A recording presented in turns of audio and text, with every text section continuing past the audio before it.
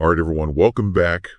You know things are getting a little hairy when the U.S. Navy starts shooting down its own planes. Yeah, that's definitely not something you see every day. So that's what we're diving into today. This whole Red Sea situation. Lots of tension, lots of players. We've got the U.S., Iran, Israel, the Houthis, and they're all kind of tangled up in this mess. Absolutely, it's a powder keg, and this friendly fire incident, as tragic as it is, it kind of gives us a glimpse into just how volatile things are right now. Exactly. So let's start with that incident. A U.S. Navy cruiser accidentally shoots down a U.S. fighter jet. Both crew members ejected safely, thankfully. One had some minor injuries, but, still. Yeah, I mean, it's a miracle they both survived. Definitely. But how does something like this even happen? You've got sophisticated technology, trained personnel. Right, you'd think they'd be able to tell friend from foe, but in a chaotic environment like that, with so much going on, communication breakdowns can happen. You've got split-second decisions being made, potentially under intense pressure. And this all happened after the U.S. launched airstrikes against Houthi targets in Yemen. We're talking missile storage sites, command facilities, drones, the whole 9 yards.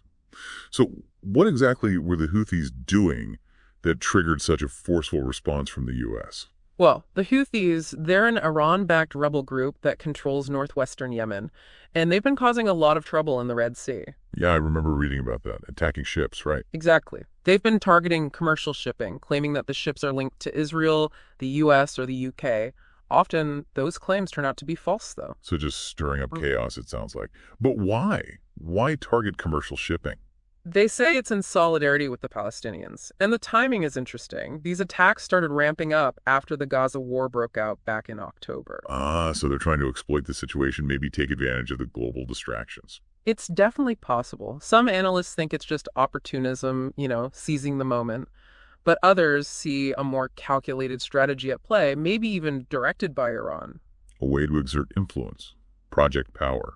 Exactly. They disrupt crucial shipping lanes, create a sense of instability, and potentially gain leverage in the process. It's a dangerous game they're playing. And it's working, in a sense. The international community has had to take notice. Oh, absolutely. The US, the UK, and 12 other countries launched Operation Prosperity Guardian to protect those shipping lanes.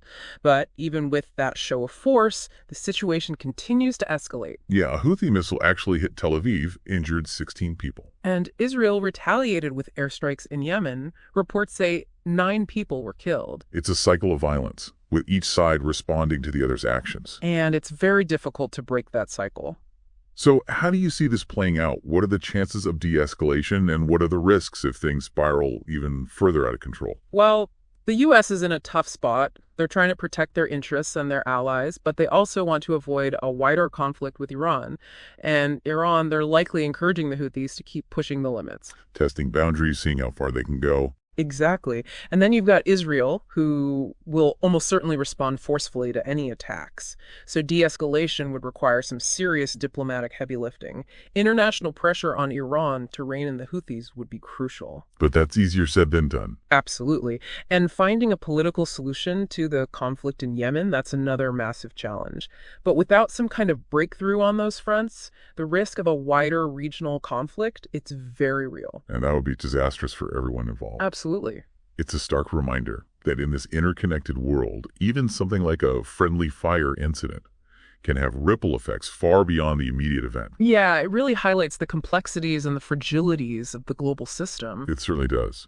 So we've got a lot to think about here. With the conflict in Gaza showing no signs of ending, how will all of this impact the Red Sea region in the long run?